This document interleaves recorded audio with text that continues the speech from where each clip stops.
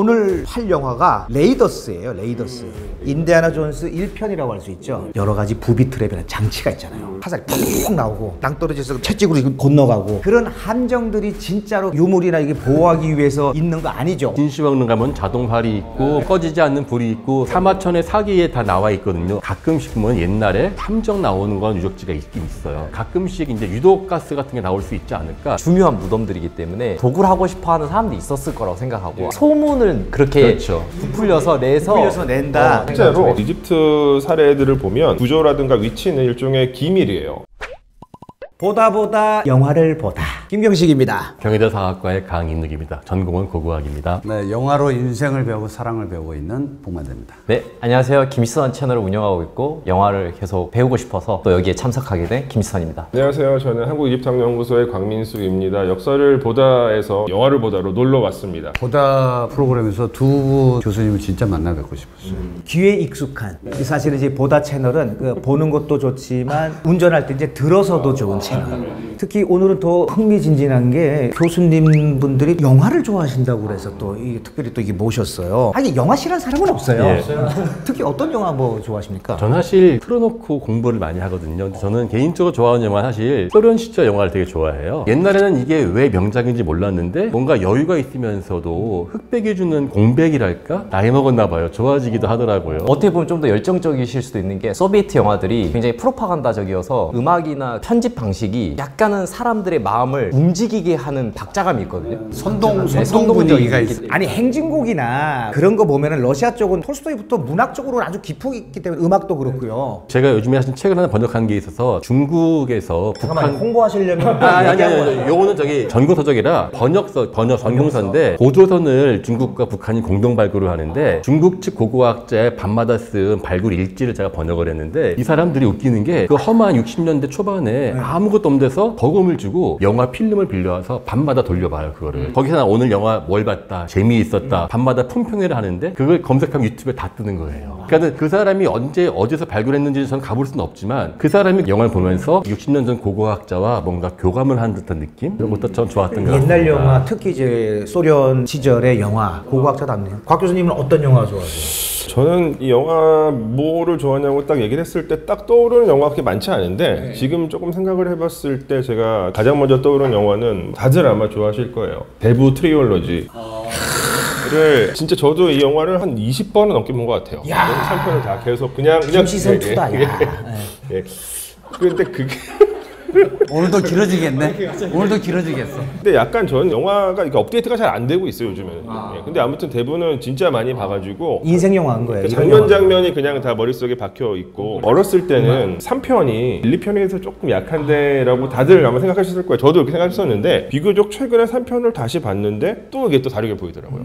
저도 이제 나이를 먹고 조금 더 경험이 많아지다 보니까 3편에서 느껴지는 처절함, 그 고통 그런 것들이 훨씬 더 잘 이렇게 저도 대부 너무 좋은 영화고 말씀하신 게 공감이 되는 게 이게 인간의 삶을 다루고 있잖아요. 고고학도 결국에는 인간의 흥망성쇠를 엿보는 과정이잖아요. 그러고 봤을 때는 약간 대부 왜 좋아하시는지 너무 알 것 같고 대부라는 것도 결국 평범한 청년이 의도치 않은 삶의 방향을 내서 결국에는 이제 대부의 삶을 살아가야 되고 그래서 이제 정점을 찍었지만 모든 것을 얻었다 생각한 시점에 모든 것을 잃어버리는 그게 바로 인간의 약간 모습이잖아요. 그런 걸 너무 잘 다룬 게 대부라서. 그거 봐요. 내가 얘기했죠 아까 오기 전에 영화 주크박스야. 누르면 게 줄줄줄 나오기 때문에 질문을 함부로 하지 마요. 그러니까 제가 그래서 시선님 계셔가지고 좀 얘기를 나눠보고 싶은 영화가 있어요. 저한테 처음에 PD님이 영화를 보다 찍을 때 어떤 영화 하면 좋겠냐라고 여쭤보셔가지고 제가 말씀드린 영화가 몇 개 있는데 선정되지는 않았어요. 그 가운데서 혹시 보셨어요? 아마 보셨을 거예요. 그 더 디그라고 하는 영화. 그러니까 넷플릭스에서 이제 공개가 된 더 디그라는 영화가 있는데 이게 진짜 고고학계의 어떤 발굴 과정을 실제 발굴을 이제 스토리로 만든 영화거든요. 그러니까 이 영화의 이제 배경은 사실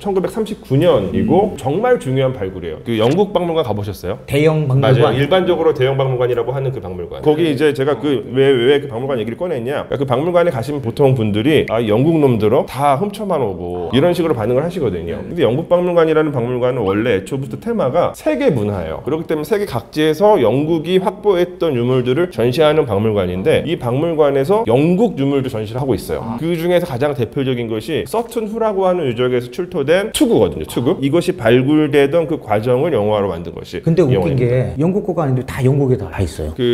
역사를 보다를 보면 나와요. 프랑스하고 영국에 다 몰린 것 같아. 근데 프랑스, 영국, 그다음에 독일, 옛날에 프로이센, 미국도 마찬가지고 스페인도 마찬가지고 제국을 경영했었던 국가들은 다 가지고 오죠. 왜냐면 다 자기들 관리 지역이니까. 일본만 가셔도 제국을 경영을 했었기 때문에 세계 각지에서 가져간 유물들이 있습니다. 심지어는 일본에도 이집트 유물이 있어요. 그만큼 이제 관심이 많았었던 거죠. 전 세계적으로. 더 디그는 진짜 꼭 보셔야 될 영화인 게 왜냐면 고고학이라는 게 전공하지 않고서는 접근하기 어려운 분야잖아요 사실은. 근데 왜 고고학을 해야 돼? 라는 거에 대한 답이 될 수 있는 영화거든요. 왜 고고학을 해야 돼? 왜냐면 그 영화를 보면 아까 시대 배경 말씀하셨는데 2차 세계대전이 벌어지기 직전에 고고학이 발견이 됐는데 지금 당장 전쟁이 벌어지고 있고 사람이 죽어나가는 과정인데 왜 이걸 이렇게까지 해야 되는가? 사람들이 그에 대해서 이제 설득을 해가는 과정이 담겨 있거든요. 땅에서 출토를 하지만 인간의 꿈은 우주로 향하잖아요. 땅과 우주가 어떻게 연결돼 있는가? 그 꿈에 대한 이야기이기도 하기 때문에 더 디그는 아마 이 작품 보시고 진짜 자판기신데. 아니 근데 저 디그를 보고 싶게 만든 볼 영화는 이게 아니에요. 우리가 박물관 가면요 수많은 유물들이 있지만 네. 유물의 이름이 있지 발굴한 고고학자 이름이 없어요. 그러네. 예, 근데 거기는 원래 거기서 팠던 사람은 이름이 빠지고 대박, 그러니까 쉽게 말하면 영국의 금관총 같은 것이다 이렇게 이야기할 것 같은데 대박 나니까 당신은 빠지시고 하면서 갑자기 프로페셔널 고고학자가 와서 모든 공을 가로챘어요. 그걸 나중에 어떤 사람이 발견해가지고 진짜는 이 사람들이 했고 그 사람들은 명예를 추구한 것이 아니라 흙 속에서 자신의 인생을 찾았다 이런 내용인데 그걸 보고는 맞다. 우리도 나도 고고학자면서 왜 고고학자를 다루지 못했을까 생각도 있었고 또 하나 개인 전공인데 영국 최초의 황금이 나왔는데 초원에서 훈족들이 영국까지 잤어요. 그게 훈족이 유라시아에서 유럽 프랑크 왕국 거쳐서 영국까지 간 게 나오고 검관에 하프가 하나 있는데 거기 같이 나온 하프가 있는데요. 이게 얼마 전에 똑같은 게 카자흐스탄에서 나와가지고 영국까지 이 음악이 간 거예요. 초원에서. 그러니까 저는 전공이 유라시아 전공인데 정말 생각지도 않게 더 디그에서 하나의 마지막 초원 유라시아 유목민의 퍼즐이 우리도 몰랐었던 너나만 문화들의 그런 흐름. 저희가 영국의 영화를 이야기하듯이 그 당시 영국 사람들도 초원의 유물들을 이야기하고 음악을 노래하지 않았을까. 일반인들도 이거 보면 재밌어 할까요? 저는 이해를 안 해도 가슴이 쿵쾅거릴 거예요. 그 정도예요? 그게 중요한 포인트라고 저는 그리고 생각해요. 영화의 이 미학적인 완성도가 매우 높아요. 그러니까 미니멀한 영화 좋아하시면은 되게 아마 좋아하실 거예요. 그래요? 시작을 하려고 그러는데 지금 오늘 다른 영화인데 더디그를 갖다가 한 편을 지금 끝냈어요. 그러니까 이제 이 영화를 보다 보면은 참 다른 게 자꾸 보여가지고 큰일인데 우리 한 우물만 좀 파야 됩니다. 그래서 오늘 팔 영화가 레이더스예요. 레이더스. 인디아나 존스 1편이라고 할 수 있죠. 1편이 그렇죠. 81년에 개봉. 82년인가 81년인가 81년인가 2년인가. 예. 81년인데 정확하게는 우리나라에서 개봉은 81년이 아니에요. 82년도에 개봉했고 1년 정도. 미국에서는 80년도에 나왔 81년에 나왔고 아마 82년에 개봉을 여러분 연도는 중요하지 않아요. 저희 고고학자입니다. 연도가 생명입니다. 정리하자면은 미국에서는 81년에 개봉을 했고 그다음에 한국에서는 82년에 처음 개봉했어요. 82년. 그때 당시에는 이제 영화를 볼 수 있는 관이 그렇게 많지는 않았으니까 놓치신 분들은 오히려 비디오로 먼저 보고 그 다음에 이제 영화로 또 다가오는 그런 시대에 또 있었으니까 뭐 영화를 보는 게 그렇게 스펙타클하다 뭐 이렇게 우리가 얘기를 하지만 영화관에서 뭔가를 영화를 보는 것은 그때 당시에 영화적 관습으로 봤을 때는 이런 영화가 있었단 말이야 라고 할 정도로 놀랬던 때요. 저 어릴 때만 해도 제가 가장 많이 듣는 질문 중 하나가 혹시 그 영화 보고 인디애나 보고 고고학과 아니냐는 말 많이 듣는데 저희 때만 해도 레이더스라고 그랬지 인디애나 존스라는 말을 안 했었거든요. 1편에서는 인디아나라는 말이 안 나와요. 안 나와요. 이게 1편의 원래 원제는 The Raiders of the Lost Ark거든요. 그러니까 인디아나 존스 시리즈를 다 트리올로지로 만들 생각이 없는 상태로 만들었다가 1편 반응이 좋으니까 2편부터 이제 그러니까 2편의 진짜 제목이 인디아나 존스예요. 인디아나 존스는 나온다. 그 다음에 Temple of the Doom이 아마 원제일 거고 그리고 나서 2편이 이제 뜨니까 1편의 제목도 인디아나 존스 앤드 뭐 Raiders of Lost Ark 이렇게 곽 그렇습니다. 교수님이 역사학자가 아니라 영화 역사학자네요. 아니 근데 저는 인디아나 존스를 매우 좋아합니다. 특히 어떤 점이 좋았어요? 그 레이더스만 따지면 이집트 학자이기 때문에 더 그런 거 아니에요? 그러니까 특히 이제 1편은 그렇죠. 1편은 이집트가 주요한 배경이기 때문에 그렇고 저도 인디아나 존스를 보고 제가 고고학을 하겠다고 마음먹은 건 아니에요. 근데 이제 고고학자로가 되기로 마음을 먹고 나서 지속적으로 그 영화들 때문에 뭔가 계속해서 이제 고고학이 주는 낭만을 느끼면서 꿈을 유지해 나갈 수 있었던 것 같고 또 하나는 제가 이제 굳이 여기서 오늘 다룰 영화에서 인생 영화라고 말씀을 못 드렸는데 진짜 인생 영화라고 생각을 하는 이유는 가장 최근에 5편이 개봉한 거 알고 계세요? 5편? 23년인가? 23년에 운명의 다이얼. 운명의 다이얼. 제가 그 5편이 개봉했을 때 디즈니 코리아랑 그다음 메가박스랑 조인트를 해가지고 제가 지휘를 했어요. 네, 이거 제가 지금까지 했었던 최초이자 유일한 지휘. 근데 그때 관이 꽤 컸거든요. 한 많이 모였죠. 370석? 근데 금방 매진됐어요. 그래서 저는 굉장히 거기 감명을 받았죠. 그 역삭자가 또 되겠다고 마음먹은 거는 그 주인공 해리슨 포드가 그 당시 그 40대였나 30대였나 굉장히 지금 봐도 멋있잖아요. 영화에서 보통 지금도 무통을 이제 찢는다, 상반신 노출한다라는 거는 아무나 할 수도 있는 것도 아닐 뿐더러 톰 크루즈도 얼마 전에 깠지만 해리슨 포드 그 당시에 지금은 이제 어르신이지만 그게 깐다고 해서 다 멋있진 않잖아요. 그리고 이제 아마 제 생각인데 원래 해리스 포드가 배우로서 잘 안 나갈 때 목수 생활을 좀 했기 때문에 원래 목수로도 되게 알려졌다고 해요. 그래서 이제 이건 몰랐는데 그냥 목수질을 하다 보니까 제가 볼 때는 자연스럽게 생긴 내추럴 근육. 맞아요. 아 노가다 근육? 네, 그렇죠. 내추럴 근육이다 보니까 목수도 뭔가를 파는 작업이거나 꽂는 작업이잖아요. 본인이 하고 있는 발굴과 좀 비슷한 유사성이 있는 것도 있으니까. 발굴을 안 해보셨는데 발굴하면은요 그렇게 안 나옵니다. 삽질하면은요 여기만 근육이 발달되고요 여기하고 배는 나옵니다. 그래서 밤마다 술을 먹기 때문에 절대 그렇게 안 나옵니다. 그래서 실제로 고고학 현장 가서 아마 이제 보시면 그냥 공사장에서 일하시는 인부분들이랑 외형적으로는 똑같아요. 해리슨 포드 같지가 않아요? 그러니까 아니 영화잖아요. 영화를 영화적으로 해석을 해야지 리얼리티가 들어가면. 고고학자들이 해리슨 포드처럼 변할 때가 있어요. 언제? 방송 카메라가 올 때. 그러니까 이 서구권의 고고학자들은 다큐멘터리 같은 거 보시면은 해리슨 포드가 있었던 인디아나 존스 캐릭터를 되게 많이 흉내내요. 특히 요 중절모 진짜 많이 쓰고요. 근데 이제 중절모가 인디아나 존스의 상징이라기보다는 20세기 초반 당시에 고고학자들은 대부분 다 중절모를 썼어요.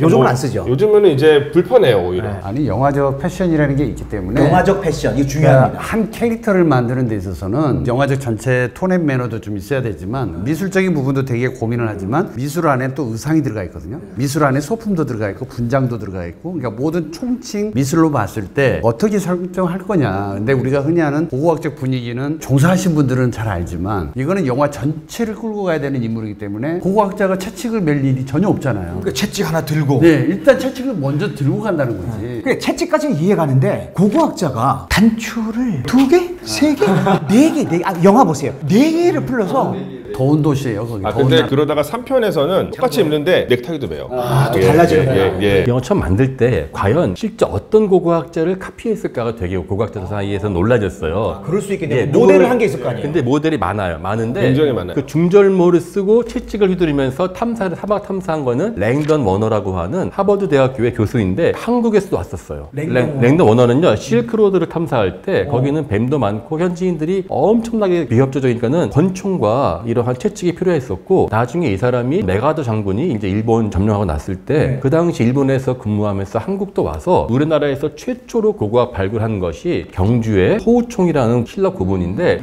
그걸 이 사람이 하기에 지시를 내려줘요. 근데 랭던 워너가 그때 와서 사진이 딱 하나 남아있는데 역시 중절모를 쓰고 있는 그 사진이 딱 있습니다. 물론 이때 이미 랭던 워너는 나이를 많이 먹었지만은 실제로 현대판 실사판 인디애나 존스는 우리나라하고도 연관이 있어요. 롤 모델이 그분이었다. 그러니까 많은데 그 중에 가장 외형상 다른 외형적. 근데 외형적으로 비슷한 사람이 또 있어요. 또 있어요? 예, 멋있는 사람 많네. 퍼시 포셋이라고 하는 영국 출신의 고고학자이자 군인 신부도 있었고 그다음에 지도 제작을 위해서 여러 지역을 탐사하던 그런 분인데 이분도 찾아보시면은 똑같아요. 외모가 외형이 똑같아요. 진짜 그 중절모를 쓰고 터프가이 모습으로 이렇게 남겨진 사진들이 있고요. 심지어는 진짜 모험가인 게 언제 죽었는지 몰라요. 그러니까 이분이 주로 탐사를 하던 지역은 남아메리카 지역인데 실종됐어요. 실종됐어요? 네, 와. 네, 들어갔다가 실종됐어요. 아 거기 갇혔나 보네.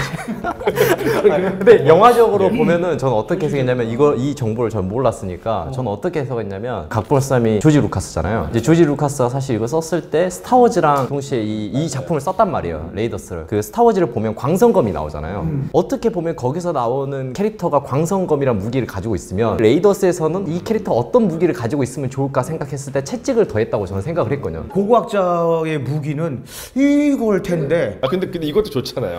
근데 아니 영화를 어쨌든 영화를 풀어가야 되니까 근데 저는 하신 말씀에 동의하는 부분이 인디아나 존스라고 하는 캐릭터는 스타워즈의 한 솔로랑 배우도 똑같지만 캐릭터도 똑같거든요. 그래서 되게 재밌는 사실 저는 이제 항상 그 두 작품을 볼 때마다 느끼는 게 한 솔로가 되게 복받은 배우라고 생각했던 이유가 뭐냐면 스타워즈를 통해서는 미래의 캐릭터를 연기했잖아요. 근데 이제 이 레이더스 같은 경우는 고고학자 이제 종교학자니까 어떻게 보면 과거를 탐험하는 사람이잖아요. 과거를 통해서 또. 네, 우주라는 미래를 탐험한 것과 몽골이 그 과거를 탐험하는 게 되게 유사한 캐릭터라서 되게 재밌다. 해리스 포드를 캐스팅한다고 했을 때 스타워즈 시사회를 보고 있다가 스티븐 스필버그가 인디아나 존스는 저 사람이다. 찍은 거예요? 네, 저 사람 찍었는데 원픽이야? 조지 루카스 그 말했대요. 근데 이건 내 배우인데. 그러니까 왜냐면 스타워즈로 이미 한 솔로로 내 시리즈에 쓰고 있는 캐릭터로 계속 써야 되는데 갑자기 이 캐릭터가 다른 시리즈가 될지도 모르는 거의 주인공이 된다? 그건 어떻게 보면은 손해일 수도 있는 거잖아요. 물론 이제 결과적으로 시너지가 났지만 그렇긴 해도 당신이 이제 주류니까. 주류니까. 네, 주류 안에서 흥행을 답보해 줄 수 있는 배우가 해리슨 포드였기 때문에. 그 당시에서는. 네, 그러니까 스타워즈에 군단이 있으면 그때는 사단이라고 했었잖아요. 이 사람이 가면 저 사람이 오는 거예요. 그런 식으로 배우를 활용하는 것도 방법이긴 한데 감독들이 제일 고민하는 것도 그거예요. 거기서 묵은 때를 어떻게 새롭게 벗겨서 다시 재입히느냐. 그러니까 스타일을 완전히 바뀌는 것도 중요했고 아마 고고학적으로 보면은 발굴의 뭐 호상과 실상 뭐 도굴 뭐 여러 가지가 있겠지만 영화적인 애티튜드로 본다면은 그 중절모 하나도 엄청나게 고민을 했다라는 거예요. 야, 이 친구한테 어떤 모자를 씌워야 될까? 왜냐하면 새롭게 내가 다시 뭔가 각인하고 등장한다. 교수로 있을 때 깔끔하고 안경 썼던 돋보기 안경 썼다가 다시 떠날 때에 중절모에서 이게 드는 거거든요. 그쵸.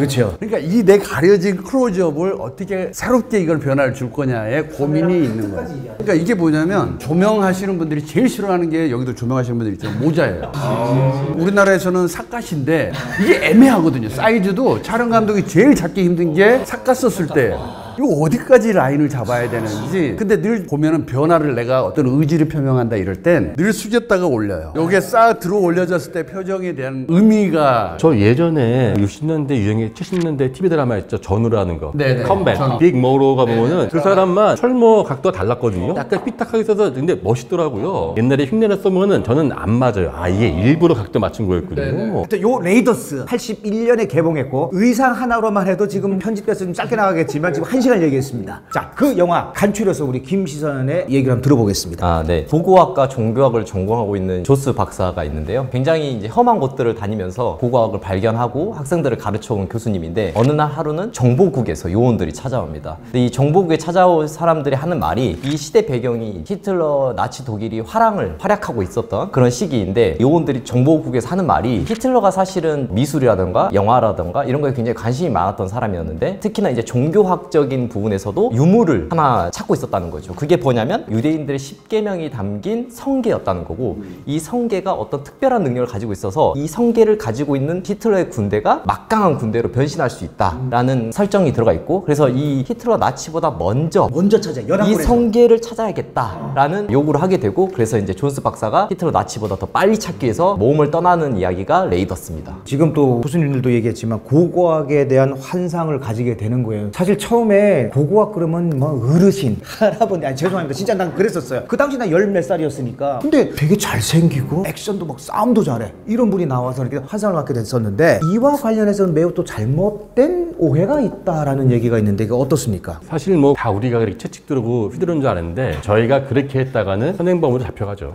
예. 도굴꾼이죠, 도굴꾼. 그리고 우리한테는 나쁜 영화가 될 수밖에 없는 게 나치하고 미국하고 간척들끼리 연결돼 있어가지고 남의 나라 가서 모든 무대는 대부분 남의 나라예요. 그러네요. 폭파시키고 뺏어 오는 거예요. 쉽게 말해서 일본 사람들이 인디아나 존스를 한번 리메이크 해봐요. 나카무라 박사의 탐험. 한국 와서 경주 와서 불에서 폭파시키고 뭐 하는겨? 석굴암 때려. 그게 인디아나 존스라니까요. 채찍 가지고 한국인들 막 때리고 이제 엔딩 장면으로 금방 끌어안고 일본 가면서 끝나는 거야. 그러면서 그거를 전 세계의 사람들이 다 좋아 박수쳐 보는 거예요. 우리 감당할 수 있겠습니까? 물론 이제 옛날 이야기긴 한데 저희는 그거 한계가 분명히 있다 그래서 이거는 지금으로 보면은 나쁜 영화다. 물론 재미는 있지만 현실적으로는 그렇게 말할 수가 있는 본 감독님 말처럼 아까 도굴이라고 표현했는데 발굴과 맞네. 도굴은 진짜 한 끗 차이 한 끗 차이네요. 남의 나라 가서 허락받지 않고 만약에 그렇게 지금 경쟁 속에서 가는 거니까 도굴이 더 맞는 표현이겠네요. 교수님께서 얘기하셨으니까 덧붙여 영화적으로 이제 보자면은 미국 같은 경우는 원주민들과의 다툼을 통해서 미국이라는 땅을 차지한 영국인들이잖아요. 어떻게 보면은 그 미국인들이 거기서 만들었던 영화가 바로 서부극이거든요.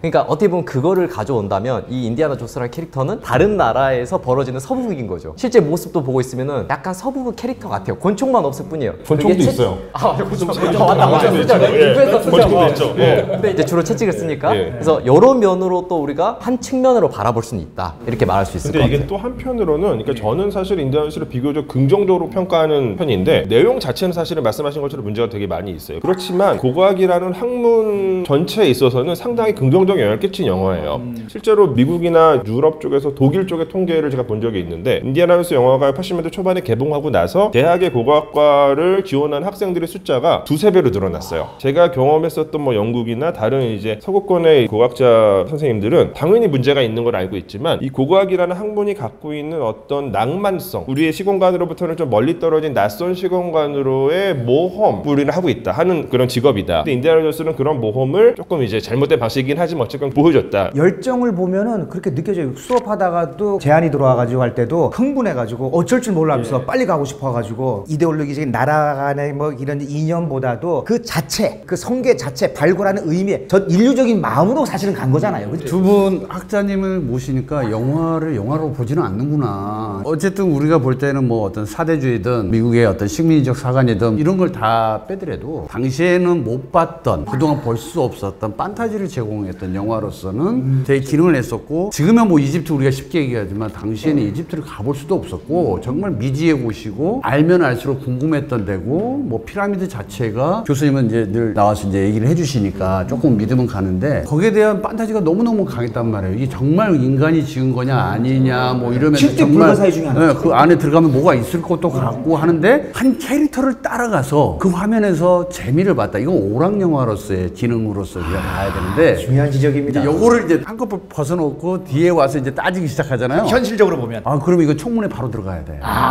지금 있는 분들은 잘 이해를 못 하실 거예요. 왜냐하면 여태까지 그 영화의 주인공은 달랐잖아요. 근데 고고학자가 주인공이고 액션도 잘하고 잘생기고 이랬단 말이에요. 그러면서 보니까 또 이게 오락용어라도 손색이었고, 그러니까 말씀하셨듯이 쭉 빠져들어가면서 이제 유물 이런 거에 대해서 정보나 이런 거에 대해서 보증을 꽤 난 잘한 걸로 알고 있는데, 여기서부터 한번 이제 질문을 한번 해보자고요. 여러 가지 유물과 유적지가 나오잖아요. 그죠? 거기 영화 속에서 이제 유물과 유적지가 나오는 건데 그 고증이 지금 사실 잘 된 겁니까?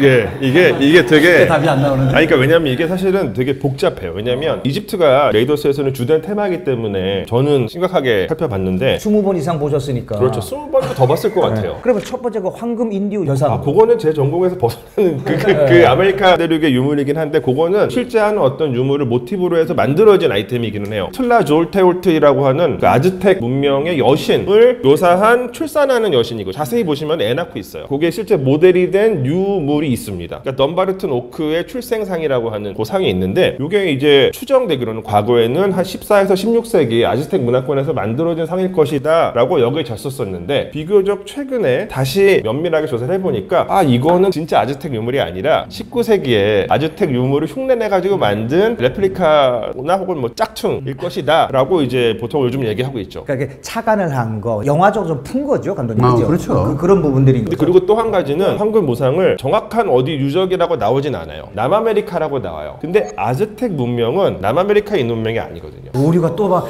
자꾸 얘기하면서 왜 그래? 멕시코에 있는 문명이잖아요. 아즈텍 문명은. 그러니까 멕시코는 남미는 아니잖아요. 중미라고 보통 하죠. 자, 그러면 그 점에서 재미를 위해서 들어갔을 때 여러 가지 부비 트랩이나 장치가 있잖아요. 화살이 푹 나오고 낭떠러지에서 채찍으로 건너가고, 그런 함정들이 진짜로 유물이나 이게 보호하기 위해서 있는 거 아니죠? 없죠, 그런 거. 그렇죠. 모든 그 무덤이나 이런 데는 그런 식의 장치가 있다고 부풀려지거든요. 가장 좋은 데가 진시황릉 가면 자동발이 있고 꺼지지 않는 불이 있고 사마천의 사기에 다 나와 있거든요. 사마천이면 최대 역사가 아니에요. 근데 정작 이 사람 책에는 수천 명의 그 인형이 있는 병마용계에 대해서는 얘기가 없어요. 그러니까 본인도 모르는 거예요. 안 들어갔어. 들었으니까. 그리고 가면은 무덤 있어요가 아니라 거기에 뭐 지키고 있고 하는데, 그런 정도의 기술이 있는 건 없고, 물론 가끔씩 보면 옛날에 탐정 나오는 건 유적지가 있긴 있어요. 있긴 있어요. 유적지가 보면은 이미 그 꼬챙이 같은 거 안 나와 있고 꼬챙이 꽂았었던 흔적만 나오는 함정들이 우리나라도 3,000년 전부터 나오긴 나오고, 사실은 우리나라도? 그거는 전 세계 공통 아니겠어요? 근데 3,000년 전께 지금도 작동한다, 그런 거는 저는 거의 들어본 적이 없고, 가끔씩 이제 유독가스 같은 게 나올 수 있지 않을까. 근데 더 심한 곳은 북극권이에요. 그러한 장치가 위험한 게 아니라 죽어있는 사람이 통째로 얼어있지 않습니까? 그럼 그 안에 있는 결핵균이라든지 그 사람 타인이 있죠. 패스트. 그게 진짜 위험한 게, 결핵도 지금 결핵과 옛날은 달라가지고요, 다 돌연변이 탐험한 지가 수십 번 된 거거든요. 16세기, 17세기에 북극권에서 탐험하다 죽은 사람들은 진짜로 냉동되어 있는 채로 이렇게 되어 있는데 그 사람들 열어서 만약에 누가 균을 갖다 옮긴다면은 약이 없어요. 저는 그런 생각을 했거든요. 현실적이네. 일반인 입장이었으면 어떻게 생각했냐면 중요한 무덤들이기 때문에 그때 당시에도 그거를 도구를 하고 싶어하는 사람들이 있었을 거라고 생각하고 아니면 다른 나라의 침략으로 인해서 뭔가 가져가려 했을 수도 있어서 소문을 그렇게 그렇죠. 부풀려서 내서 부풀려서 낸다. 그렇게 된 게 아닌가라는 그러니까 생각을 실제로 좀 이집트 사례들을 보면 무덤들을 도굴 한 사람이 누구냐? 대체로 무덤을 만든 사람들이에요.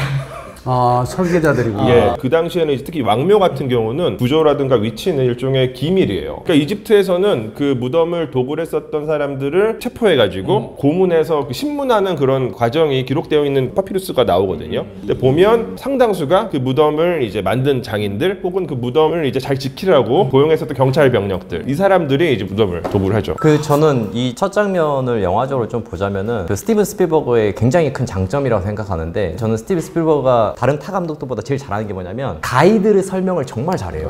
그러니까 이를테면 우리가 방탈출 게임을 가면 처음부터 방탈출을 바로 시작하는 게 아니라 이 룰을 배우잖아요. 처음에 첫 장면은 뭐냐면 이 캐릭터는 채찍을 들고 있고 페도라를 쓰고 있고 탐험을 할 때 있어서는 어떤 장애인분들 어떻게 보면 어드벤처 형식의 이런 것들이 있기 때문에 이런 가이드를 따라서 너가 즐기면 돼. 그리고 주인공은 누구냐? 바로 해리스 포드야. 바로 얘야. 이 가이드를 알려주고 이제 그 이후에 잃어버린 성계로 가는 작업이거든요. 그래서 이러한 것들을 굉장히 잘 설계하고 있다. 실제로 스티븐 스필버그의 다른 영화들도 보면 E.T.를 바로 만나는 게 아니거든요. 저희가 그 포스터 때문에 오해하는데 바로 이렇게 하지 않거든요. 중간쯤에 한 아이가 소해를 가족들한테 받다가 밖으로 나왔는데 창고에서 불빛만 나와요. 저 창고에서 불빛이 나올 리가 없는데 그래서 슬그머니 가다가 바로 E.T.를 만나는 게 아니라 이 아이가 야구를 하고 싶어 했는데 야구를 할 상대가 없었던 거예요. 그래서 야구공을 던져봐요 거기다. 그럼 야구공이 나한테 다시 굴러와요. 거기 누가 있다는 거잖아요. 그 동심을 건들거든요. 그래서 어떻게 보면은 이제 이 레이더스라는 영화가 정말 왜 지금까지도 명작이 될 수밖에 없냐면 고고학이란 어려운 것을 그게 진실이든 아니든 간에 우리가 그 안으로 빠져들어갈 수 있게 가이드를 너무 잘 설명했다. 보통 이제 시나리오 쓸 때는 자기 감정에 의해서 막 쓰는 게 있는데 정확하게 보면 시나리오는 극본이고 각본이지만 수학이에요. 공식에 의해서 움직여지는 거거든요. 일정 부분 우리가 알고 기대하고 그 다음에 어떤 장면이 나올 거라는 걸 예측을 하고 가는 건데 이제 영화로 보면은 한 8개의 시퀀스로 이루어져요. 그래서 보통 헐리우드에서 잘된 영화들을 보면 공통점이 하나 있는데 첫 장면부터 주인공이 나오질 않아요. 무조건 그 도달 지점까지 제2 시퀀스로 가기 위한 15분의 과정은 다른 무엇이 있어요. 이제 이거를 이제 외화 수입을 굉장히 많이 하셨고 나중에 영화 감독이 되신 왕의 남자를 만든 이준익 감독님의 작품을 보면 처음부터 극적 구성을 가져가는 인물이 등장하지 않아요. 패거리들이 먼저 나오죠. 그리고 그걸 전달해서 이야기를 계속 끌고 가는 원동력을 만들어 놓는 거거든요. 정보가 없으면 그 스피드를 못 따라가요. 그러니까 그 순간에 내가 놓치게 되는 거야. 근데 오락 영화는 철저히 상업 영화는 친절해야 돼요. 앞부분이. 이걸 벗어나는 행동이 나오면 안 되거든요. 그리고 이제 잘못된 영화들은 그 힘빨이 떨어지니까 안 나와도 되는 인물이 4번째라든지 5번째 등장을 하는 거야. 이거 원래 영화 문법에는 없는 거거든요. 그러니까 그때 누주해 보이고 누주해 보이죠. 이거를 봉준호 감독이 파기한 거예요. 기생충이라는 작품은 그런 정도의 영화가 다 중반 가고 이제 새로운 인물이 나오잖아요. 이게 다른 전혀 몰랐던 관습을 깨버린 거야. 이건 대단한 작품이다 하고 그렇게 얘기가 됐던 건데 결국 우리가 이제 조금 더 얘기하자면 되게 드라마틱하게 구성을 끌어간다면 이제 레이더스도 그렇지만 앞으로 우리가 다룰 영화들도 그렇고 이걸 아셔야 되는 게 보통 이제 극적이다라고 얘기했잖아요. 극이라고 하는 것 자체가 한문으로 보면은 호피무늬 호자에다가 그러니까 호랑이죠. 그 다음에 돼지 시자가 들어가 있어요. 그리고 칼도자가 있단 말이에요. 이게 극이에요. 그러니까 옛날엔 산에서 지금이야 뭐 지금 안 무섭지만 호랑이랑 멧돼지가 만나잖아요. 죽으라고 싸우는 거야. 들이받고 때리고 막. 그게 칼부림 나도록 싸우는 거야. 칼도자가 있는. 이걸 극적이라고 하는 거거든. 그래서 이제 늘 보면은 선이 있으면 악이 있고 악이 있으면 선이 있어서 대치되는데 그 룰을 또 깬 게 조커죠. 조커는 그냥 악만 있어요. 빌런인데. 네, 빌런이 이기는 세상으로 나와버린 거야. 그러니까 우리가 80년대 영화를 얘기하자면 그때는 선한 게 좋은 거예요. 조커 같은 경우는 이제 빌런에다가 인간애를 집어넣은 거죠. 네네. 그러니까 악이지만 우리가 알아야 되는 것들을 넣었잖아요. 그러니까 말씀하신 대로 김지선 평론가가 얘기한 게 초반에 이 문화를 베이스를 깔아주지 않으면 아무도 몰라. 갑자기 교수님이 이집트란 말이야 잃어버리면 모르고 있는 정보를 왜 그게 근데 말씀하시는 걸 들어보니까 이 도입 북부는 남아메리카가 나오잖아요. 네네. 메인은 이집트예요. 1편에서는. 근데 그러네. 예. 지금도 예. 야, 이 우리 이상한 방향으로 가죠. 근데 그게 아니니까 왜 이집트를 얘기해야 되는데 남아메리카에서 계속 멈추고 있어요. 사실 중요하진 않았던 거예요. 근데 그게 왜 그러냐면 그러니까 이건 제 생각인데 미국이라고 하는 사회에서 가장 친근감을 느끼고 보통 일반 시민들이 판타지를 갖고 있는 문명권이 남미 쪽에 있는 문명과 이집트 문명이거든요. 그러니까 맥거핀이라고 그러나? 그래? 중요하진 않지만 일단 그걸로 이제 익숙하게 해놓은 다음에 이제 본격적으로 이제 얘기가 본론 들어갈 때는 이집트의 이제 이야기로 시작된다 이 말씀이신 거잖아요. 예. 결국에 핵심이 뭐였다고 생각하냐면 영화 매체라는 게 한 방이잖아요. 처음은 멋진 그 페도라 채찍을 클로즈업 샷으로 보여준 다음에 해리스 포드가 딱 등장하는 장면이거든요. 굉장히 그 눈빛을 가지고 너무 눈빛이 매섭거든요. 그 이후에 보여주는 어떻게 보면 여성한테 보여주거나 이렇게 말 잘할 때 모습과 달리 되게 매서워요. 근데 이게 왜 그러냐면 오해하실 분들이 계실 수 있어서 설명을 드리는데 그게 마지막 촬영이었어요. 그러니까 즉 이 해리스 포드는 그 우주에서 이 광선 건물을 흔들거나 총을 쏘시다가 몰입을 해야 되잖아요. 그걸 어떻게 보면 스티븐 스필버그가 의도한지는 모르겠지만 결국에는 이제 영화를 찍어가면서 실제로 고고학자의 행위들을 해왔을 거 아니에요. 물론 일부는 작용정도 있었겠지만 그런 것들을 탐험하다가 결국에 마지막에 정말 도끼를 품은 눈으로 첫 장면을 찍을 수밖에 없어서 실제로 고고학자가 된 거죠. 원래 고고학자들 일상적인 게요. 현장 가면은 내가 발굴을 해서 하겠어. 눈이 막 광선 나오는데 하루 이틀 술 먹고 퍼지고 맨날 땅 파고 하면서 누렇게 떠요, 사람이. 이게 피폐해져가지고 나중 되면은 이게 사람 얼굴하고 땅빛이 똑같아져요. 그러면 갈 때가 됐구나, 집에. 갈 때가 간 그런 얼굴로 정말 등장하거든요. 근데 저희는 영화적인 연출로 너무 멋있게 보이는 거죠. 영화 연출할 때는 늘 그런 장면이 시퀀스가 바뀔 때 브릿지로 쓰는 장면이라서 중요시되는 장면은 한번 찍어놓고 다시 한번 제안을 해서 찍는 경우도 있어요. 편집을 다 해놓고 보니 야 눈빛이 너무 다른 거야. 야 그렇게 흐리멍텅하면 안 될 것 같은데 그럼 다시 찍어야 되는 거예요. 보충 촬영일 때 있는 거니까. 왜냐하면 관객을 계속 끌고 가는 캐릭터고 전체를 책임져야 되는 분이 이상한 느낌으로 표현이 됐다. 근데 되게 어려운 거예요. 그런 장면이 차라리 대사가 있으면 좋은데 눈빛만으로 연기하는 건 너무 어려워요. 어쨌든 뭐 이 레이더스는 거의 뭐 어드벤처 장르에서는 뭐 성서급으로 취급될 만큼 좋은 작품이라고. 그 당시 80년대 아카데미 시상식은 액션 영화에 대해서 그렇게 관대하지가 않았는데 이 영화만 이제 8개가 노미네이트 되고 그 중에서 5개의 그 아카데미 상을 받는 걸로 알고 있어요. 좋은 점도 있지만 현실적인 면에서 보면 어두운 면도 있다. 사실 저는 너무나 많기 때문에 영화는 영화니까 근데 저는 하나만 이야기해 볼 거예요. 맨 마지막 장면인데 엔딩 씬이 애써 찾아온 유물을 창고에 넣고 컨테이너 넣고 그냥 가버립니다. 왜냐면은 그 당시의 목적이 다른 나라 가서 그 유물을 훔쳐서 우리나라 박물관 갖다 놓는 것이 해피엔딩이었던 시절이었어요. 영화는 재밌어야 된다는 맞는데 재미있게 보면서 우리가 알게 모르게 취하는 게 있다. 잘못 전달되는 게 있는 게 마치 인디애나 존스가 고고학자 일반적 모습으로 생각할지 모르겠지만 재미있지만 그거는 이한 목적이 무엇이었냐. 수많은 그러한 제국주의를 했었던 서구 열강들의 박물관에 있는 수많은 유물들은 그런 식으로 가지고 왔다. 지금은 저희가 그 유물을 보존하고 같이 향유하는 게 목적이 그 당시는 가지고 와서 우리는 100개 훔쳐왔다. 너희는 50개 훔쳐왔지. 우리가 다 강대국이야. 약간 그런 식의 나쁜 시간들을 좀 재미로 보면서 우리가 합리화하는 것은 아닌가라는 거. 오락 영화를 이렇게 해부할 필요는 없거든요. 그분 오늘 무슨 일 나갔어? 근데 아니에요. 중요한 건 사실은 보는 사람이 그때 당시에 봤던 거를 그대로 인지하고 있으면 모르는데 다시 떨어져서 보니 내 위치와 그때 당시의 나이랑은 상관없이 전문 분야에서 보니까 이제 다른 해석이 나오는 거잖아요. 그러니까 저는 영화를 하는 사람으로서는 와 이거 헐리우드의 자산이 어마어마하게 많겠구나. 박스 안에 갇혀있는 유물 하나 갖고 이렇게 이야기를 만들었는데 이렇게나 많은 유물이 어딘가에 고고학적 가치가 있다면 다 이야기가 되는 거야. 이거를 언제까지 몇 편까지 만들 수 인디아나 존스 뭐 몇천 편이 나올 수 몇천 있는 편이 유물이 나온다. 그 중에 한 감독님 시선. 편을 얘기한 거고 그러니까 영화를 보는 이제 관점의 방식이 조금씩 다르긴 해요. 물론 이제 서구 문명이 갖고 있는 가치에 대해서도 얘기를 하고 우월주의에 대해서도 얘기를 하지만 또 다른 이쪽 지점에서 본다면 너네들은 방치했던 거를 우리는 다시 재발굴해서 잘 보관하는 거야 라고 얘기할 수도 있는 그 정도 부분이 있잖아요. 맞네요. 그리고 또 이게 이야기할 수 있는 계기가 된다고 생각을 해요. 이를테면은 인디아나 존스 영화 시리즈에서 묘사하고 있는 인디아나 존스 캐릭터는 고고학자이긴 고고학자인데 19세기형 고고학자예요. 1편 같은 경우는 1936년이거든요. 이 시기가 되면 이미 서구의 고고학은 상당히 과학적인 고고학이 되었기 때문에 이런 식으로 고고학 활동을 하지 않아요. 더불어서 영화에서 이제 그 성괴를 가지고 가잖아요. 1936년에 이미 이때는 이집트에서 발굴된 유물을 못 가지고 가요.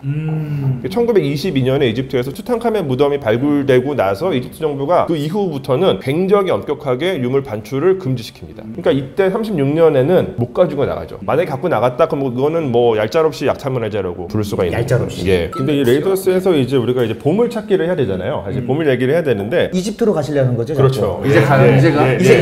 아, 빨리 가야 될 것 같아요. 기본적으로 그 보물과 관련된 세팅은 상당히 공을 들여 세팅한 것 같아요. 레이더스를 제가 좋아하는 이유는 그 세팅 자체가 상당히 설득력 있는 세팅이기 때문에. 그리고 이제 피라미드는 우리가 항상 뭐 이집트의 모든 무덤을 피라미드라고 보통 말씀하시지만 인디아나 존스에서는 피라미드는 안 나와요. 그리고 여기서 지금 묘사하고 있는 중요하게 찾아야 되는 보물은 성괴잖아요. 성괴. 예, 이 성괴는 실제로 발견된 적은 없죠. 성서의 기록에 남아 있어요. 그러니까 이 성괴가 초자연적인 힘을 갖고 있죠. 그러니까 뭐 사람이 성서의 기록에 따르면 만지기만 해도 죽고 들고서 이제 성을 몇 바퀴 돌면 성이 무너지고 이런 도구인데 요거를 이제 나치가 쓰려고 하니까 미국에서 막으려고 하는 그런 배경이죠. 근데 이 성괴가 이 영화를 보면은 이집트 유적지들 가운데 타니스라고 하는 지역에 묻혀져 있는 걸로 나오거든요. 영화 보시면 막 발굴 막 하잖아요. 나치가 이렇게 막 여러 이제 인부를 고용해가지고 예, 맞죠. 거기가 타니스예요. 그리고 이 타니스에서 나치를 협력해서 돕고 있는 고고학자가 르네 벨로크인데 프랑스 사람으로 나오거든요. 근데 이게 타니스에서 발굴을 하는데 프랑스 고고학자가 캐릭터로 등장한다. 요것도 배경이 있어요. 왜냐면은 실제 타니스라고 하는 유적에서 제대로 발굴을 했었던 1939년에 이제 굉장히 중요한 발굴을 했었는데 그 고고학자가 프랑스 사람이에요. 그러니까 피에르 몽떼라고 하는 굉장히 이제 엄청나게 많은 업적을 남긴 이집트 고고학자인데 아마 그 피에르 몽떼를 염두에 두고 프랑스의 르네 벨로크라는 캐릭터를 만든 것으로 생각이 되고 또 타니스에 성계가 있다라는 설정도 굉장히 설득력이 있어요. 물론 성계는 실제하지 않는 유물일 수 있지만 성서의 또 기록을 보면은 이집트 왕 시삭이라고 하는 사람이 예루살렘에 들어와서 쳐들어와서 여러 가지 보물들을 뺏어갔다고 기록이 되어 있어요. 성계는 거기 리스트에 없긴 하지만 근데 이 시삭이 이집트 쪽에서는 그 세숑크 1세라고 하는 파라오거든요. 말기시대 22왕조인데 이 시기에는 파라오들이 무덤을 타니스에 만들어요. 그러니까 만약에 세숑크 1세가 예루살렘에서 성계를 훔쳐왔다라고 한다면 자신의 무덤 근처에다가 잘 보관을 했을 수도 있다. 이런 배경. 그것까지 계산해갖고 그 영화가 지금 만들어진 건데. 예, 분명히 그럴 거예요. 예, 분명히 보고는 그렇게까지는 관객들은 생각을 안 할 것 예, 같은데요. 예. 학자들이 모여서 보면은 좋아할 만한 얘기인 것 같아요. 그 당시 실제로 구체적으로 히틀러하고 네. 히틀러 밑에 있던 괴링이나 오컬트에 취해 있어가지고 실제 그런 그 유물들을 찾는 노력을 진짜 했었어요. 아니 그 뭐 여러 영화에서도 나오고 역사 속에도 나오는 미친 듯이 그걸 사모은 게 아니라 그냥 발굴해서 이렇게 가져오고 그랬었잖아요, 그렇죠? 이번에는 이 영화에서 제작을 할 때 상당히 어려운 점이 많았다고 하던데 이게 튀니지 로케이션 촬영 때 모든 배우와 스태프들이 식중독에 걸렸다. 식중독은 근데 어느 나라에서 가든 걸리지 않아요. 같은 음식을 먹고 예. 같은 밥차가 있으니까. 아니 근데 식중독에서 밑줄 짝이 아니라 이 식중독 덕분에 영화사의 길이 기억될 전설의 명장면이 그렇죠. 탄생했다고 예. 합니다. 그때 문화로 보면 이런 이 허무 개그가 사실 우리 그 웃으면 목이 와요 때 나왔던 개그랑 거의 비슷한데 그러니까 실질적으로 뭔가 더 액션이 화려해져야 되거든요. 쫓기고 쫓길 때에는 더 엔딩에서 보여주는 그 액션의 끝을 보여줘야 되는데 갑자기 총을 한 방 쏘고 끝내버리잖아요. 그러니까 이게 뭐냐면 전체적인 분위기가 다들 힘이 없던 데고 뭔가 액션을 더 만들어야 되는데 그렇지 못하니까 나올 수 있었던 신이 아니었나라는 생각이 드는 거죠. 식중독에 걸려서 전체가 다 힘들어가지고 힘들이 다 빠진 상태에서 배우 본인이 채찍을 흔들면서 막 액션을 찍으려면 힘이 드니까 칼을 휘두르신 분이 연습을 많이 했대요. 이분 입장에서는 이 한 장면을 위해서 얼마나 자기 한 컷이 되게 중요한 액션씬으로 나오는 장면이잖아요. 그리고 채찍이 나오는 씬이기도 하고 되게 연습을 많이 했는데 말씀하신 것처럼 이 식중독 문제로 인해서 해리스 포드가 그냥 드립으로 총을 쏜 거예요. 근데 그 장면을 본 스티븐 스필버그가 이게 더 재밌는데 하는 바람에 이렇게 됐는데 제안을 한 거지. 총으로 쏘면 어떻게 되냐. 그래서 뭐 해리스 포드 말에 의하면은 되게 그 상대 배우의 표정이 좋지 않았다. 이게 지금 대표적으로 꼽아놔서 이렇게 보이는 거지. 인디아나 존스를 보면은 많아요. 그게 이제 해리슨 포드가 주문할 수 있는 영화에는 2명의 감독이 있거든요. 주연 배우. 그걸 우리 소위 이제 또 하나의 감독이라고 얘기를 해요. 아이디어가 있으면 막 제시를 하죠. 근데 잘 보면 그게 긴장감은 스펙타클로 서사로 밀고 가지만 소위 말하는 요즘 이제 뭐 잔잔발이라고 하잖아요. 그러니까 이러한 것들을 몇 가지를 더 추가를 했기 때문에 지금 만약에 이런 상황에서 이 장면 찍잖아요. 영화 다 포기해야 됩니다. 아니 소송이 걸립니다. 아 이렇게 아픈데 이걸 찍었단 말이야? 또 현실 들어간다. 본인이 그렇게 영화는 영화로 봐달라면서 아니 자꾸 현실로 얘기를 하니까 해리슨 포드도 이 감독의 역할을 했었네요. 그러면은 본인이 아이디어 낸 거니까. 근데 그거는 우리가 다른 왜곡된 시선으로 보는 경우가 많은데 감독은 연출을 할 때 4, 5년 정도가 걸려요. 시나리오 쓰고 준비하는데 4, 5년 걸려요. 근데 배우는 4, 5년 동안 계속 하고 있거든, 주연. 그러니까 그 감각이나 흐름을 너무 잘 알고 있는 거야. 그래서 시나리오가 딱 오면 1번 딱 보고 이건 되겠다 안 되겠다를 빨리 판단하는 거예요. 그리고 난 다음에 제일 먼저 하는 게 뭔지 알아요? 이건 이제 여담인데 감독님이잖아요. 시나리오를 내가 봤어. 봉배우가. 감독님 그러면 신바이신 한번 할까요? 이래요. 이게 뭐냐면 시나리오 놔두고 1신부터 얘기를 하기 시작하는 거야. 감독님 이 대사가 왜 나온 거죠? 이 대사를 이렇게 하면 어때요? 해리슨 포드 빙의한 것 같아 지금. 그러니까 요게 오케이가 먼저 떨어져야 돼요. 왜냐면 나를 컨택을 하면 투자가 되고 제작이 될 수 있는 분위기가 되니까 제2의 감독인 내가 얘기를 하는 거죠. 그때 감독님이 설득해야 돼. 영화는 전체가 설득 과정이에요. 이 식중독도 설득이었단 말이야. 마찬가지예요. 그러니까 한 방에 가자. 네, 그러니까 감독님이 오케이를 해주는 순간에 같이 하는 걸로 하고 투자사한테 얘기하면 그 배우가 이 감독님하고 한다고? 그럼 우리는 오케이 하고 떨어지면 이 대본을 가지고 가는 거예요. 그러면 그동안 준비했던 연출자, 제작부 뭐 이런 다 이걸로 준비했을 거 아니에요? 네. 또 바뀌었어. 야 감독 힘 없네. 또 이렇게 얘기가 나오는 경우도 있어. 하지만 이때 당시에도 분명히 설득의 과정을 통해서 만들어졌어요. 그러면 이제 마지막으로 한번 갈게요. 마지막으로 이 영화를 완성시켰던 음악가 존 윌리엄스에 대해서 이야기해보면 참 좋을 것 같습니다. 존 윌리엄스의 대표작은 어떤 것들이 있을까요? 대표작이 아닌 것 너무 많아요. 이 양반은 지금도 활동하죠? 그렇죠. 아니 은퇴를 번복하셨기 번복했기 때문에. 원래는 알려진 바에 의하면 운명의 다이어리라는 작품을 끝으로 해서 영화 음악보다는 다른 음악에 더 충실하니까 콘서트 막 이런 쪽으로 집중하신다고 하셨지만 결국에 다시 돌아오셨다. 그래서 요즘에 다시 뭐 작업을 하는 걸로 알려져 있습니다. 나 이 양반 천재 아니에요? 음악 하시는 분은 나는 천재라고 난 봐요. 천재라고 모든 음악 봐요. 하시는 분들은 천재라고 보는데 원래 우리 음악 하시는 분들은 시나리오를 던져주는 경우가 있어요. 두 개가 있는데 시나리오를 던져주면 텍스트를 촬영 감독은 이미지화 시키잖아요. 음악으로 만드는 거야. 그래서 이 씬과 이 씬 보면서 음악으로 보는 거예요. 이 대사와 이 모든 행동들을. 그리고 난 다음에 마지막에 실제 촬영하고 있는 동안에 샘플링을 줘요. 그래서 감독이 이런 느낌 어때요? 그러면은 이런 느낌 너무 좋은 것 같아요. 그럼 이런 장면을 이렇게 나갈 거니까 이렇게 좀 해주세요라고 하는데 실질적으로 음악이 다 나와서 편집을 하는 거하고 편집본을 보고 음악을 하는 건 달라요. 알아요. 네. 근데 예전에는 편집본 보고 그다음에 거기에 맞춰서 조율을 하기 때문에 그러면 이제 다시 음악 감독이 얘기하죠. 편집 여기서 조금만 2초만 더 늘려줘. 비트가 안 들어가. 빰빠밤빰 할 때 이제 표정이 돼야 되는데 넘어가 버려 화면이. 야야야야 좀만 더 붙여줘. 이런 식으로 해서 음악을 만드니까 거기서 오는 충돌도 있지만 결국 영화는 음악이 50, 영상이 50. 나는 우리 공 감독님의 말에 공감을 하는 게 이 윌리엄스 이 양반이 난 좋은 점 뭐냐면은 만약에 이 케이팝이나 그러니까 가요 아니면 팝을 작곡했어도 아마 대박을 터뜨리지 않을까 생각하는 게 모든 음악을 길게 하는 게 아니라 기억에 남는 거는 딱 8마디, 4마디에서 끝나요. 나머지 씬들에 따라서 변주를 다 한 거예요. 빰빠밤빰. 그러니까 그런 거예요. 조스도 지금 딱 생각나는 거는 맞아요. 원래 조스 음악은 그렇게 만들어진 게 아니라 보고 있다가 음악 감독이 이제 다 입으로만 하거든. 그러니까 이거 어떻게 지를 어떻게 하겠어? 빠밤 템포를 보는 거예요. 근데 편집 감독도 음악까지 생각하고 편집하는 거지. 편집 감독이라서 무조건 편집만 하고 드라마 구조만 맞추는 게 아니거든. 이때 음악이 들어올 거야. 눈물 흘릴 때 음악이 들어올 거야. 눈물 빠질 때 나올 거야. 이런 고민을 하고 다 하거든. 보는데 빠밤 빠밤 비트가 이러네. 조금만 더 그렇게 해봐요. 빠밤 빠밤 빠밤 빠밤. 편집 이렇게 해주면 내가 이렇게 만들어 갈게 해서 나온 건데 보통 이제 보니까 존 윌리엄스 감독이 슈퍼맨도 그렇고 빠밤 빠밤 빠밤 빠밤 빠밤 빠밤 빠밤 빠밤 다 이분은 빠밤으로 가는 거예요.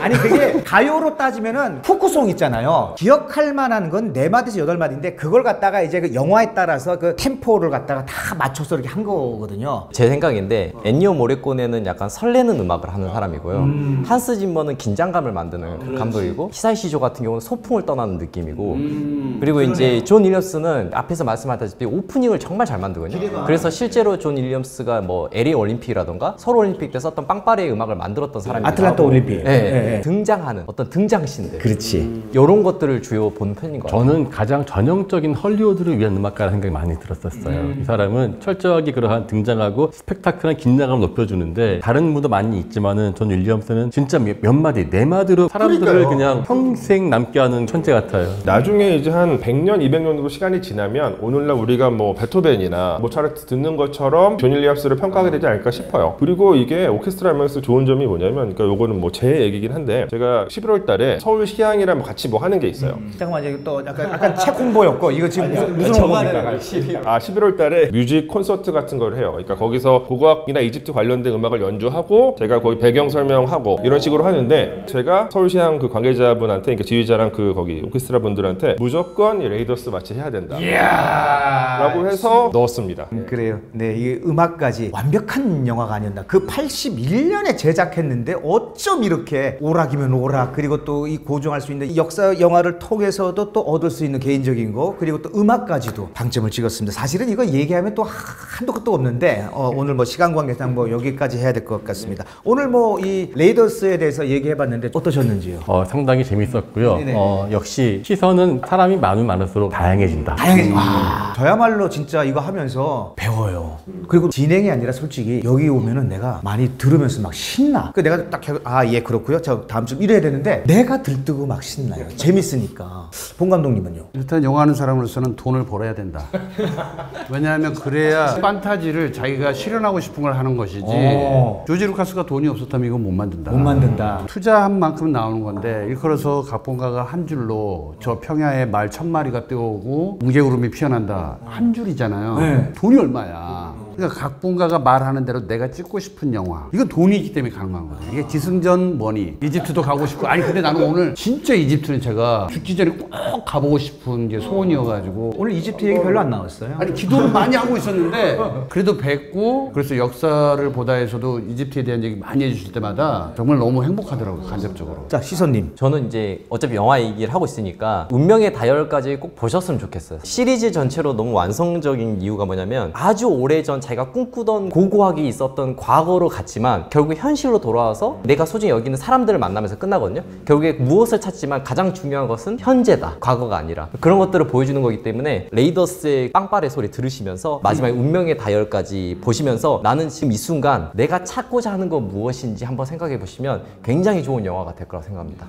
저는 사실 인디아나 존스 시리즈는 저한테 뭐 제가 인생의 영화로 뽑지는 않지만 인생의 영화 중에 하나이고요. 언제 한번 이렇게 좀 더 진지하게 어디 가서 좀 얘기를 해보고 싶었는데 이게 하도 오래된 영화다 보니까 또 이제 말씀해주신 것처럼 사실은 이 인디아나 존스는 시리즈로 쭉 봐야 된다고 저는 생각을 해요. 그러니까 3편까지는 정말 완벽한 트리올로지가 되고 4편은 인디아나 존스 팬들 사이에서 약간 좀 약간 이런 느낌이었는데 그래서 저는 이제 5편이 새롭게 개봉될 때 이게 다시 좀 붐업이 일어났으면 좋겠다라고 기대했었어요. 그렇지만 그렇게 크게 성공하지 못했어요. 왜냐하면 이게 제 생각에는 3편 이후에 너무 텀이 길었어요. 계속 텀이 기니까 사람들이 잊는 거죠. 근데 저도 이제 아까 이제 말씀해주신 것처럼 5편 운명의 다이얼을 꼭 보셨으면 하는 이유가 이게 인디아나 존스 시리즈를 쭉 집중해서 보시고 나서 5편을 보시면은 과거의 팬들한테 전해주는 선물들이 되게 많아요. 장면, 음악, 인물. 다음 편까지도 기대감을 또 그러네요. 네, 인디아나 우리 민수님. 고맙습니다. 예. 근데 사실 인디아나는 개 이름인데 어쨌든 맞아요. 예. 원래는 조지 루카스가 쓰실 때 조지 루카스가 키우는 개 이름이 인디아나여가지고 이거 만드실 때 인디아나를 붙이신 거예요. 개 이름이었어요? 개 이름. 그래서 사실은 나중에 3편에서 나와요. 극중 인물의 개 이름으로 나오거든요. 예. 나는 완전히 다르게 봤네. 인디아나 주가 있나 뭐. 인디아나폴리스. 인디아나폴리스 그러니까. 그리고 인디언의 땅을 인디아나라고 하잖아요. 개 이름으로 나오고 인디언에 대한 얘기. 원래 이 주인공의 원래 본명은 헨리 존스 주니어예요. 맞아요. 근데 자기가 자기 아버지한테 종속되는 게 너무 싫어서 주니어라는 이름을 버리고 반항심으로 인디아나 이름을 갖다가 쓴 거예요. 그런데 이 아버지는 자기 아들을 한 번도 인디아나라 부르지 않아요. 항상 주니어라고 불러요. 너무 싫어해요. 아버지니까. 그러다가 제가 인디아나 전 시리즈가 제일 좋아하는 장면이 있는데 3편이에요. 3편. 그게 이제 마지막에 이제 다 막 그 사원이 무너지고 성배가 떨어져요. 그래서 인디아나 존스가 이렇게 성배를 이제 잡으려고 하다가 이렇게 떨어지는데 그거를 자기 아버지가 잡거든요. 그런데 인디아나 존스가 잡으려고 하니까 이 아버지가 야 너 그거 내가 더 이상 너 잡을 수 없으니까 너 빨리 두 손을 내놔라고 하는데 인디아나 존스가 계속 잡으려고 그래요. 그때 이 아버지가 뭐라 그러냐? 인디아나, let it go 이러거든요. 그 장면이 진짜 멋있는 장면입니다. 예, 알겠습니다. 자, 이렇게 해서 레이더스 여러분들께 리뷰를 해봤습니다. 자, 다음 시간에 찾아뵙도록 하겠습니다. 감사합니다. 감사합니다. 감사합니다.